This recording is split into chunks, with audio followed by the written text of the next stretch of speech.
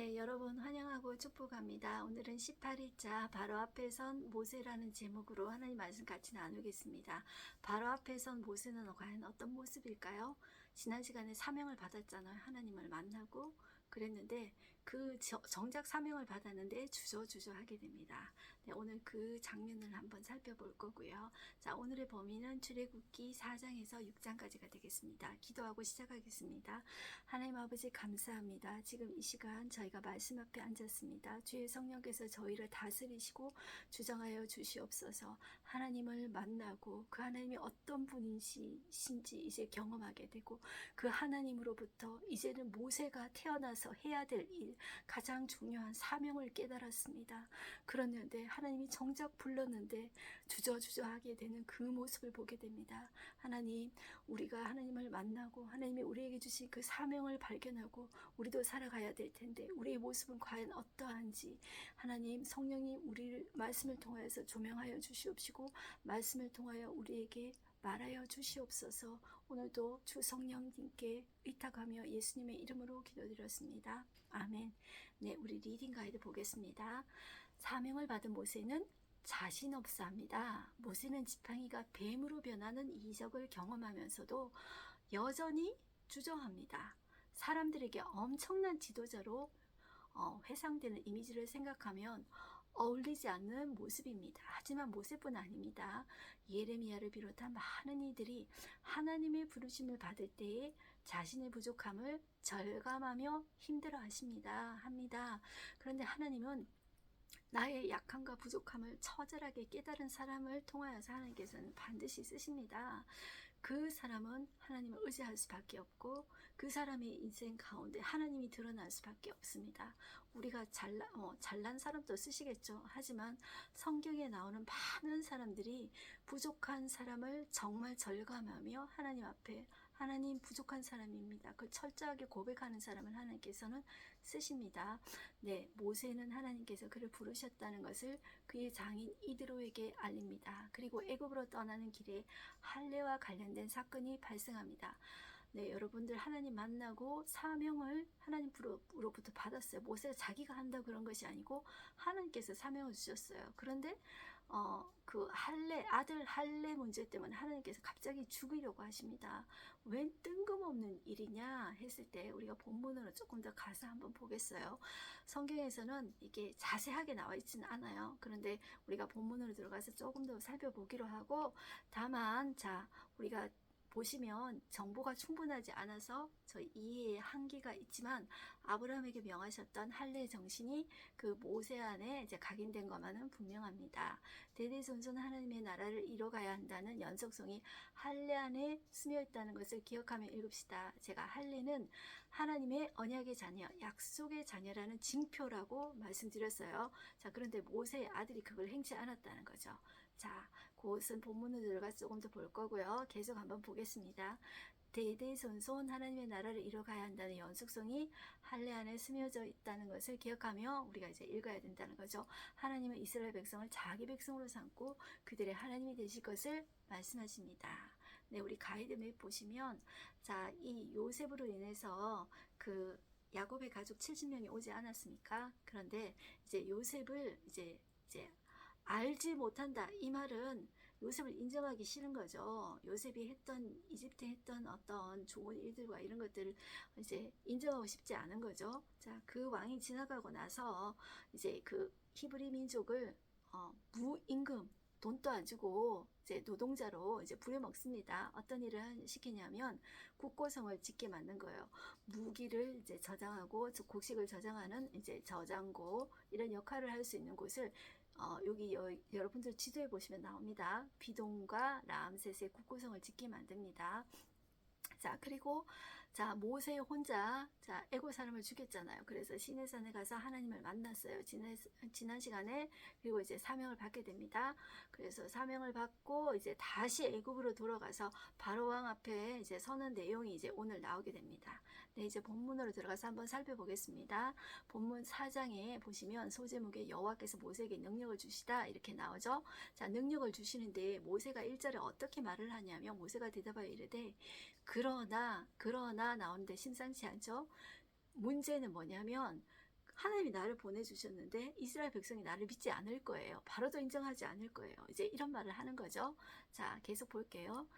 그러나 그들이 나를 믿지 아니하면 내 말을 듣지 아니하고 이르기를 여호와께서 내게 나타나지 아니하셨다 하리다. 그러면 어떻게 하죠? 이렇게 이야기를 하는 거예요. 자, 여기에서 4장에서 하나님 모세한테 세 가지 어떤 표적을 보여주십니다. 첫 번째는 지팡이가 뱀이 되는 표적이에요. 자, 지팡이가 모세의 지팡이는 그냥 뭐 양들 칠 때 쓰는 모세의 지팡이잖아요. 그런데 자, 그것을 너 땅에 딱 놓아봐. 그랬는데 그 이제 지팡이가 뱀이 되는 거예요. 여러분들 뱀 그러면 무엇이 생각납니까? 자, 우리 선악과 먹을 때 하와를 이제 꼬드겼던 사탄이 생각나지 않습니까?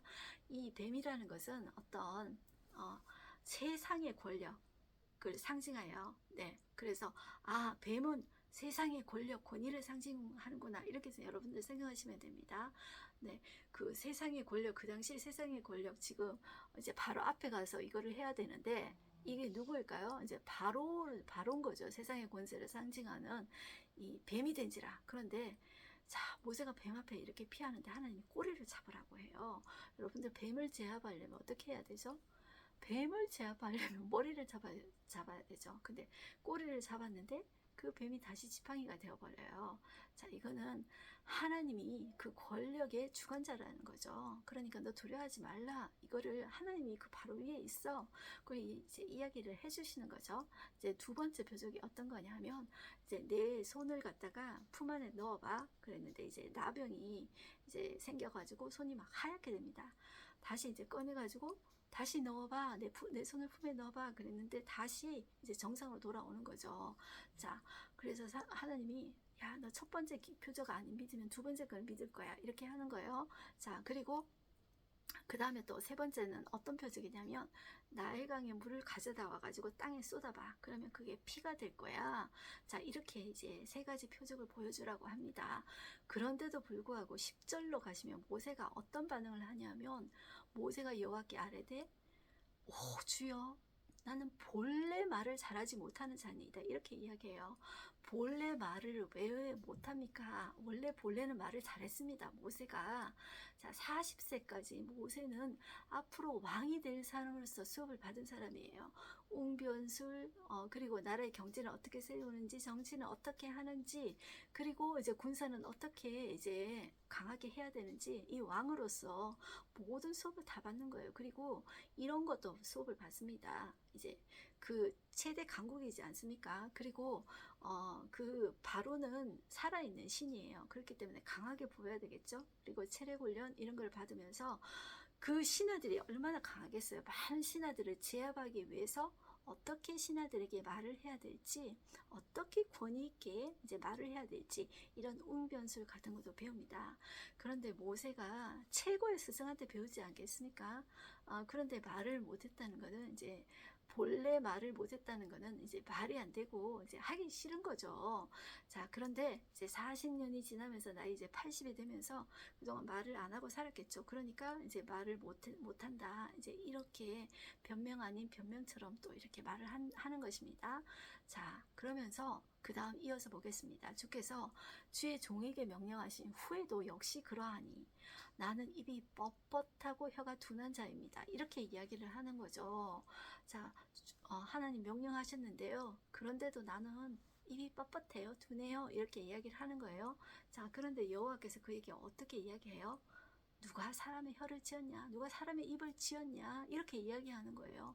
누가 말 못하는 자나 못 듣는 자나 눈 밝은 자나 맹인이 되게 하였느냐? 나 여호와가 아니냐? 이렇게 이야기해요. 주권자는 나다. 내가 사명을 주었을 때 누가 책임지고 누가 그 입에 말을 주십니까? 하나님 주시죠. 그런데 우리는 나는 못해요. 그러면서 어떻게 변명할 때가 많지 않습니까? 자, 이 모습을 보면서 우리 자신의 모습도 봤으면 좋겠어요. 자, 13절에는 모세가 더 나아갑니다. 오 주여 보낼 만한 자를 보내소서 이렇게 이야기합니다. 이제 모세가 이제 그렇게 말을 하니까 하나님이 이제 노를 바라십니다. 그래서 이렇게 이야기해요. 14절 중간에 보시면 내 형 아론이 있지 아니하냐? 그가 말 잘하는 것을 네가 아노라. 그가 너를 만나러 나오게 할 거다. 이렇게 이야기를 하는 거예요. 그가 너를 볼 때 그의 마음에 기쁨이 있을 것이라 이렇게 이야기해요. 너는 그에게 말하고 그 입에 할 말을 주라. 내가 내 입과 그의 입에 함께 있어 너희 행할 일을 가르치리라 이렇게 이야기하는 거예요. 그러니까 두려워하지 마. 그리고 너는 이 지팡이를 가지고 모세 앞에 가거라 이렇게 이야기를 하는 거예요. 자, 이제 모세가 애굽으로 돌아가는 장면이 나옵니다. 돌아가는데 이제 미디안 그 제사장이 딸하고 결혼하고 또 자녀까지 아들까지 둘까지 낳지 않았습니까? 그리고 지금 현재는 장인 이드로의 양을 치고 있잖아요. 그러니까 장인의 허락을 받습니다. 어떻게 이야기하냐면 18절에 내가 애굽에 있는데 형제들에게로 돌아가서 그들이 아직 살아있는지 알아보려 하오니 나로 가게 하소서. 자, 그러니까 장인이 이드로가 모세에게 평안히 가라 이제 이렇게 이야기를 한 거죠. 40년이 걸릴 줄 알았겠습니까? 그러니까 갔다 오겠지 하고 평안히 가라 이렇게 이야기를 했죠. 자, 그리고 19절에 여호와께서 이제 미디안에서 모세에게 이르시되 애굽으로 돌아가라 내 목숨을 노리던 자가 다 죽었느니라 또 이야기해 주시는 거죠. 그리고 이제 모세가 그 아내하고 이제 아들들 날개에 태우고 이제 애굽으로 돌아가는데 하나님의 지팡이를 잡고 돌아가더라 이런 말이 있죠. 자, 그런데 자, 여러분들 22절을 보실까요? 너는 바로에게 이르기를 여호와의 말씀에 이스라엘은 내 아들 장자라 이야기하시면서 내가 네게 이르기를 이거는 바로한테 이야기를 지금 하는 거예요. 바로한테 말을 하는데 내가 내 아들을 보내주어 나를 섬기게 하라 하여도 그러니까 지금 내 아들 이야기하는 거는 장자 이스라엘 민족을 이야기하는 거예요. 이스라엘 민족을 내 보내줘라 이렇게 이야기를 하는데도 네가 그 거절하지 이야기하는 거예요. 자, 거절하니까 내가 어떻게 할 거냐면 네가 거절하니 내가 내 아들 내 장자를 죽이리라. 내가 너의 장자를 죽이겠어. 이거 미리 열재앙 일어나기 전에 미리 이야기하셨다는 거죠. 이 말을 하라는 거죠. 자, 그런데 이제 주제가 갑자기 바뀌는 듯이 보여요. 24절에 보면 모세가 길을 가다가 숙소에 있었어요. 자, 그런데 여호와께서 그를 만나서 갑자기 그를 죽이려 하신 거죠. 자, 그런데 이거는 우리가 무슨 상황인지 모르는 거예요. 이거 하나님 마음이 왜 이러시지? 자, 이러는데 자, 하나님이 이제 그 바닥에 깔려 있는 모세의 어떤 상처나 그 모세의 어떤 문제가 될 수 있는 것들을 건드리시는 거예요. 그게 뭐냐면 할례라는 것은 약속의 자녀라는 징표잖아요. 이스라엘 백성이 지금 약속의 자녀인데 지금 애굽에서 노예 생활을 하고 있잖아요. 하나님의 자녀인데 노예 생활을 하고 있단 말이에요. 그런데 그 하나님의 자녀라는 징표가 할례라는 거예요. 그게 이제 살에 새겼는데 아기가 8일 만에 이제 하지 않습니까? 그런데 이 십보라는 그 아기 태어난 지 8일 만에 정말 핏덩어리와 같은 존재를 그 성기에다가 그 포피를 잘라내는 걸 그걸 아주 미개하다고 생각한 거예요. 그 애굽 사람들은 할례를 행하지 않습니다. 그 미개하다고 생각하는 거예요. 그러니까 이 십보라가 그 미디안의 제사장의 이제 그 딸이었잖아요. 십보라 생각도 이게 미개하다고 생각하는 거예요. 이거 못하게 한 거예요. 그러니까 이제 여호와가 딱 죽이시려고 하니까 십보라가 눈치를 챈 거예요. 그래서 이것 때문에 여호와가 죽이려고 하시는구나. 그래서 자기 아들의 그 포피를 잘라가지고 던진 거죠. 그래서 피난편이다. 모세 당신은 피난편이다. 이렇게 이제 표현을 한 거죠. 우리가 이제 요 정도로 설명이 되어 있기 때문에 여기까지만 우리가 이제 건드리도록 해요. 자, 그리고 나서 27절에 보시면 여호와께서 아론에게 이르시되 광야에 나가서 모세를 맞으라. 이렇게 해서 이제 아론하고 모세가 만나게 되죠.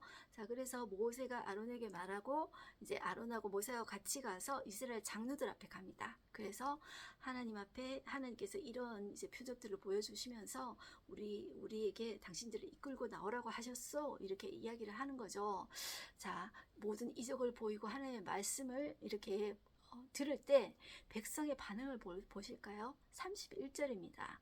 백성이 믿으며 여호와께서 이스라엘 자손을 찾으시고 그들의 고난을 살피셨다 함을 듣고 머리 숙여 경배하였더라. 이 말은 야, 하나님께서 우리의 드디어 아픔을 보셨구나. 우리 구원하시겠다 하고 감사합니다 하고 머리 숙여 경배하며 경의를 표했다는 그런 의미이죠. 그런데 이게 순순히 이렇게 될까요? 이제 우리가 그 반대 상황을 이제 보게 되겠죠. 5장에 오시면 모세와 아론이 누구 앞에 가냐면 이제 바로 앞에 가게 되는 거죠. 자, 1절에 보시면 이제 모세와 아론이 바로에게 가서 이르되 이스라엘의 하나님 여호와께서 이렇게 말씀하시기를 내 백성을 보내라. 그러면 그들이 광야에서 내 앞에 절기를 지킬 것이라 하셨나이다. 바로가 이르되, 바로 편에서는 이렇게 이야기하겠죠.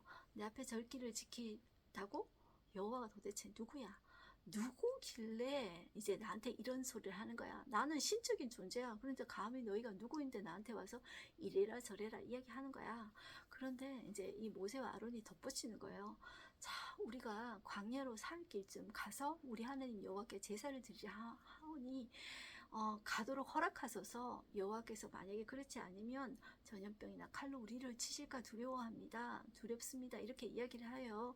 그러니까 모세가 이렇게 이야기해요. 4절에 중간에 너희가 어찌하여 백성의 노역을 시게 하려느냐. 너희 노역이나 하라. 이렇게 이야기를 하는 거죠. 자, 그러면서 7절에 보면 너희는 백성에게 다시는 벽돌을 집과 전과 같이 주지 말고 그들이 가서 스스로 집을 짓게 하라. 그리고 이제 벽돌 수요는 그대로 만들게 하고 감하지 말라. 자, 너희들이 게으르니까 소리 질러 우리가 가서 하나님께 제사 드리자, 우리 신에게 예배 드리자 이렇게 한다는 거죠. 자, 그러므로 그 사람들의 노동을 무겁게 함으로 수고하여 그들로 거짓말을 듣지 않게 하라. 이렇게 해서 이제 그 말을 전해들은 백성의 감독들과 이제 기록원들이 백성에 가서 이렇게 이야기를 하는 거예요.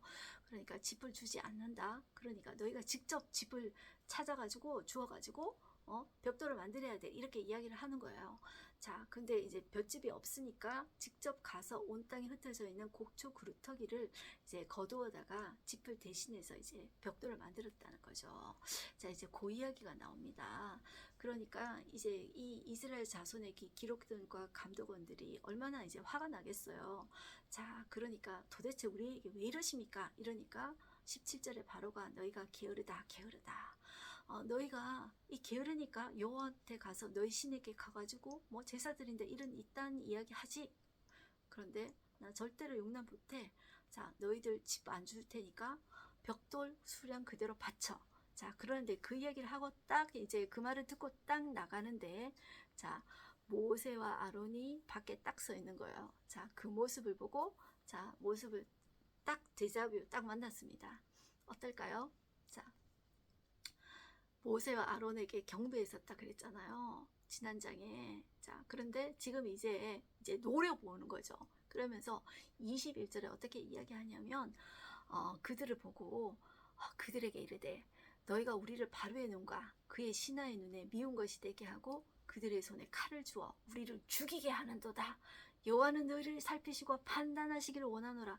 완전히 180도 다른 이제 반응을 보이는 거죠. 왜냐하면 완전히 180도 다른 상황에 놓이게 되니까 이제 화가 나는 거죠.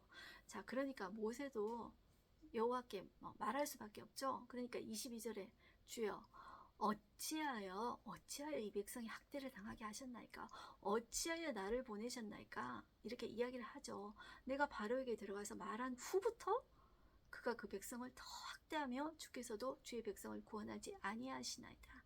네, 하나님께서 하실 때 우리가 하나님께 기도한 것과 정반대로 하나님께서 길을 여실 때가 있어요. 그럴 때 우리 반응이 어떻습니까? 하나님 도대체 어찌 된 거예요? 이렇게 하나님 앞에 따지지 않습니까? 자, 우리의 반응하고 이제 똑같은 거죠. 이스라엘 백성하고. 자, 우리 그 다음 페이지 한번 보겠습니다. 6장입니다. 6장에 와서 하나님이 이제 모세를 부르시는 내용이 나오는데 하나님이 어떻게 대답하시냐면 모세야, 이제 내가 바로에게 하는 일을 네가 버리라. 강한 손으로 말미암아 바로가 그들을 보내리라. 강한 손으로 말미암아 바로가 그들을 그의 땅에서 쫓아내리라. 누가 하겠다는 거예요? 바로가 그렇게 고집 부리고 너희들한테 그렇게 이제 고된 일을 시키고 하더라도 강한 손 하나님 당신이 하게 하시겠다는 거예요. 자, 하나님이 모세를 이제 불러요. 자, 이렇게 이야기해요. 나는 여호와다. 나는 아브라함과 이삭의 야곱의 하나님 전능한 존재다. 이렇게 이야기를 하는 거죠. 그리고 5절로 가십니다. 5절. 이제 애굽 사람의 종으로 삼은 이스라엘 자손의 신음소리를 내가 듣고 나의 언약을 기억하노라.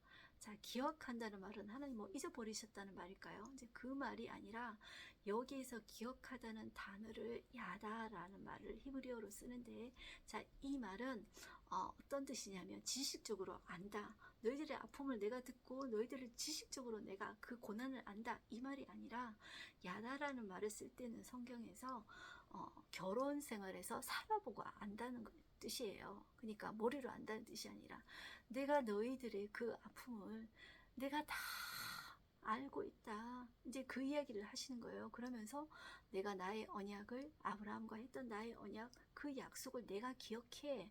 그러면서 내가 아브라함에게 했던 언약 여러분들 잘 기억 못하시면 12장부터 그 아브라함에게 주셨던 그 언약은 그 아들 아브라함, 이삭, 야곱에게까지 계속 흐르고 있습니다. 그 신실하신 그 언약을 여러분들 군데군데 찾아보셔도 좋습니다. 그 지금까지 어디까지 얼마나 이르렀다고요? 자, 430년이 지난 지금 또 그 언약을 하나님께서 알고 계시다는 거죠. 자, 그리고 8절에 한번 보실까요? 내가 아브라함과 이삭과 야곱에게 주기로 맹세한 땅으로 너희를 인도하고 그 땅을 너희에게 주어 기업을 삼게 하리라. 지금 자손이 그 아브라함 때는 안 만들어졌잖아요. 내가 땅을 주겠다 하고 자손 안 만들어졌는데 지금 애굽 땅에서 나라가 될 수 있는 국민이 만들어지게 된 거예요. 그러면서 내가 나라 만들 텐데 너희들한테 이제 땅을 줄 거야. 이렇게 이야기를 할 거예요.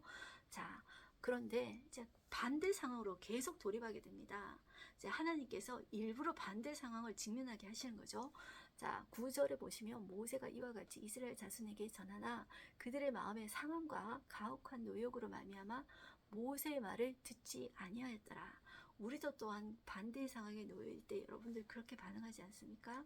자, 그런데 우리가 그 하나님을 겪을수록 우리의 반대 상황 가운데서 그 하나님 어떻게 하실지 우리는 이제 기대하게 됩니다. 그것이 처음부터 이루어지는 것이 아니라는 거죠. 우리 계속 한번 보겠습니다. 10절에 보시면 여호와께서 그 다음에 이 반대 가운데 어떻게 하실 건지 계속 여호와께서 이게 나옵니다.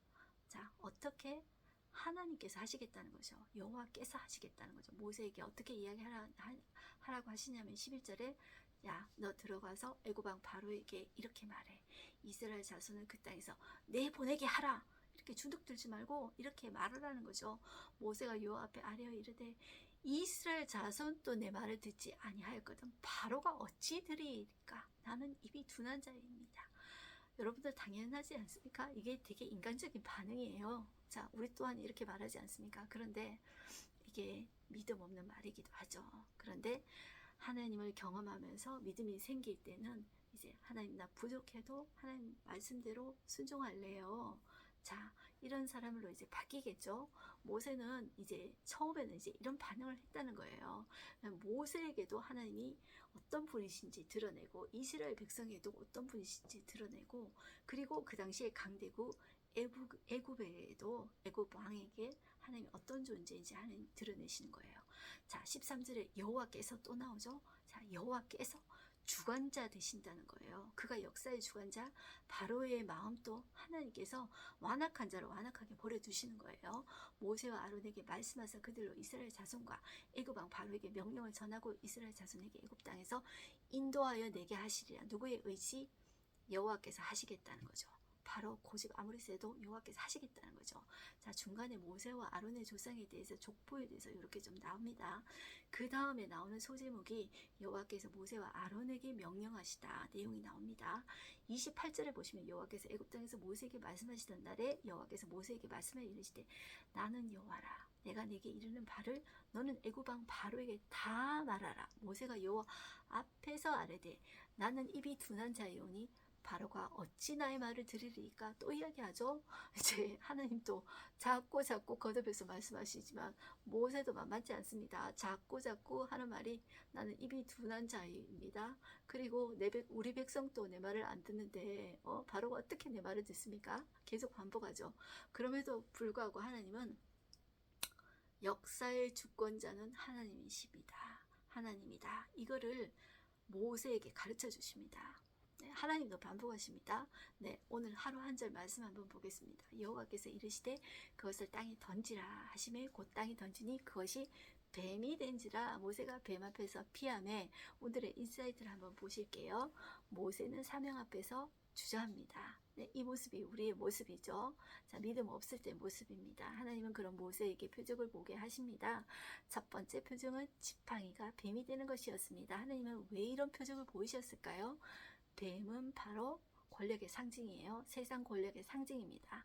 이 뱀 위에, 사탄 위에 누가 있습니까? 하나님 계시죠. 그것을 우리는 바라봐야 됩니다.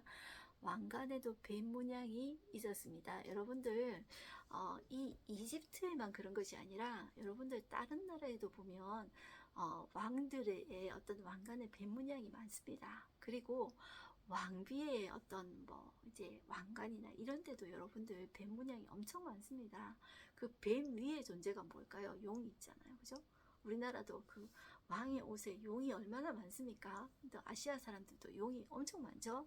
이게 세상 권력의 상징인데 그 세상 권력 앞에 우리의 태도는 어떻습니까? 아유 무서워 무서워 하지 않습니까? 그러나 그 세상 권력 위에 계신 존재 하나님이십니다. 역사의 주관자는 하나님이십니다. 그것을 이 표적을 통해서 분명히 보여주고 있다는 거죠. 그러니까 우리가 해야 될 것은 두려움이 아니라 하나님을 바라보는 것이에요. 두려움이 아니라 하나님만 바라보고 시선을 고정하고 오직 사랑과 근신하는 마음과 하나님 앞에 성경에 보면 여호와 하나님께서 주신 마음은 두려워하는 마음이 아니라 오직 능력과 사랑과 절제하는 마음이 되어 있어요. 절제하는 마음을 영어로는 self discipline 해가지고 자기 훈련이라고 되어 있어요. 우리가 두려움이 올 때, 세상에 시험 앞에 두려움이 올 때, 겁이 날 때 우리는 어떻게 해야 될까요? 하나님을 바라보고 하나님의 사랑을 바라보고 하나님의 능력을 바라보고 그리고 그 하나님 앞에서 내가 하나님 훈련 받겠습니다. 이 모습으로 서는 우리가 되었으면 좋겠어요. 우리 끝에 문장에 이렇게 되어 있습니다. 자, 이 애굽의 권세도 결국 당신의 주권, 하나님의 주권 아래 있다는 것을 보여주시는 것이라 그랬죠. 모든 권세는 하나님의 주권 아래 있습니다. 하나님은 역사의 주관자이십니다. 하나님은 왕이십니다. 이 고백을 우리가 할 수밖에 없습니다. 여러분들 이 고백을 하시면서 오늘도 승리하십시오. 기죽지 마십시오. 우리는 사탄의 자녀가 아니라 하나님의 자녀입니다. 역사의 주관자 되신 하나님의 자녀입니다. 네, 기도하겠습니다. 하나님 역사의 주관자 되신 그 하나님을 보았습니다. 세상의 권세가 아무리 우리를 위협하고 큰 소리 칠지라도 세상의 역사의 주관자 하나님 진정한 왕 되시는 분은 하나님이십니다. 우리가 힘들고 어려울 때마다 그 사실을 나 스스로에게 고백하는 우리 되어지게 하여 주시옵시고 너는 하나님의 자녀다. 용기 잃지 마. 하나님께서 힘과 능력과 지혜를 주신다. 내 자신에게 선포할 수 있는 우리가 되게 하여 주시옵소서. 예수님의 이름으로 기도드렸습니다. 아멘. 여러분들 승리하십시오. 여러분들은 하나님의 자녀입니다.